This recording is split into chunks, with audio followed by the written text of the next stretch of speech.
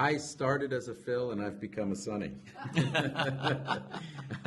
I was a pretend Phil, and now I just embrace my inner true self. I do need and like to exercise, although I don't have great discipline about it. I'll like fall apart and not do it for a while, and then go like, oh, I'm starting to really fall apart. I better get it together.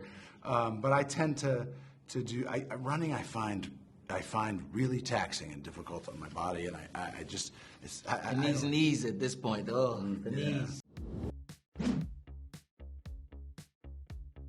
I'm doing this 20 years. I've never had a feeling like this.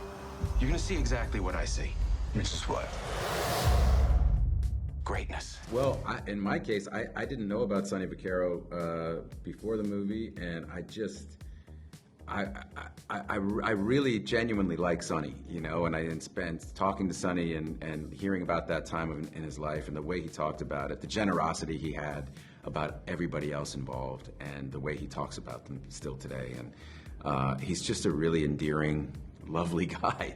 So I wanted to bring that across, and we was really about, rather than kind of observing the exact letter of exactly what everybody said and making it a meticulous kind of documentary, it was really more about capturing the spirit of these guys and the camaraderie and this kind of team of extraordinary people who did this wonderful thing together.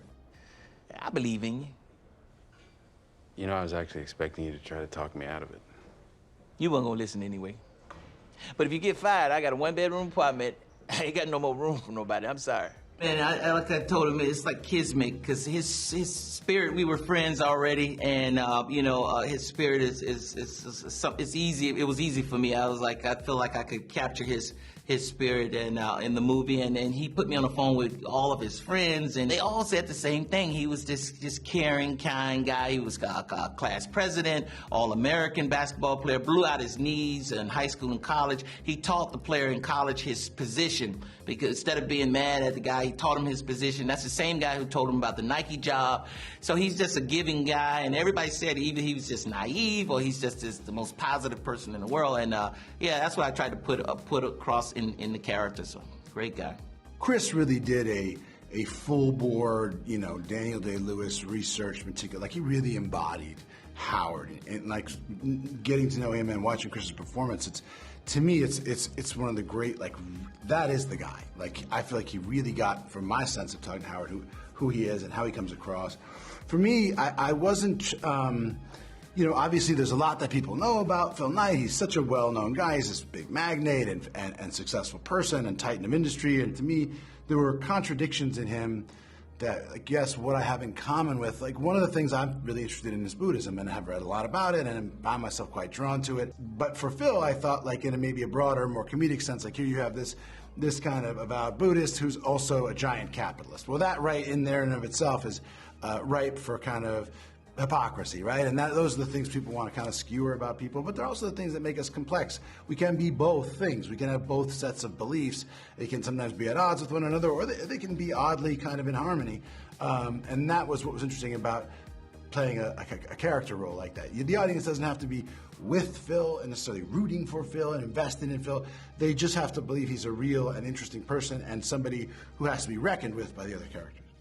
I'm willing to bet my career on Michael Jordan.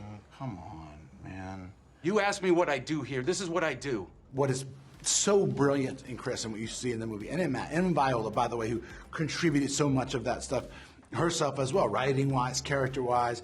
Marlon did, Matt did, Jason Bateman did, Chris Messina did, all of them. And really the only directing necessary was really to convince people, it's okay. There's no failure. No one's going to judge you. Everyone's rooting for you. I need you to contribute. And that is what's, in my view, really, really special about the movie, are all those touches brought by all these performers who did all their own independent thinking and research and obsessing about their own characters, from Matt Merritt to Chris Messina to Viola Davis to Julius Tennant to Chris Tucker to Matt Damon, Jason Bateman. What should I ask you? Ask me why I'm in Wilmington, North Carolina. Why are you in Wilmington, North Carolina? Because I believe in your son. I believe he's different. And I believe you might be the only person on earth who knows it. That's why I'm in Wilmington, North Carolina. Right, Mr. Vaccaro, thank you for coming. Oh man, I mean, it's just a clinic when you're in a scene with Viola. She's Viola's so good, it's hard to really learn anything. Yeah. It's kind of like, you want to go, how did you do that? Yeah. You know, but that's sort of like not cool. You know what I mean? At all. Can we stop and just give me an acting lesson? You know, it's that's sort of. I was asking him for advice. Did I do okay? He just looked at me like. You don't know that. Oh, I don't know that. Let me tell you what I do. Every day I come by your house and I pick you up. And we go out, we have a few drinks and a few laughs, and it's great.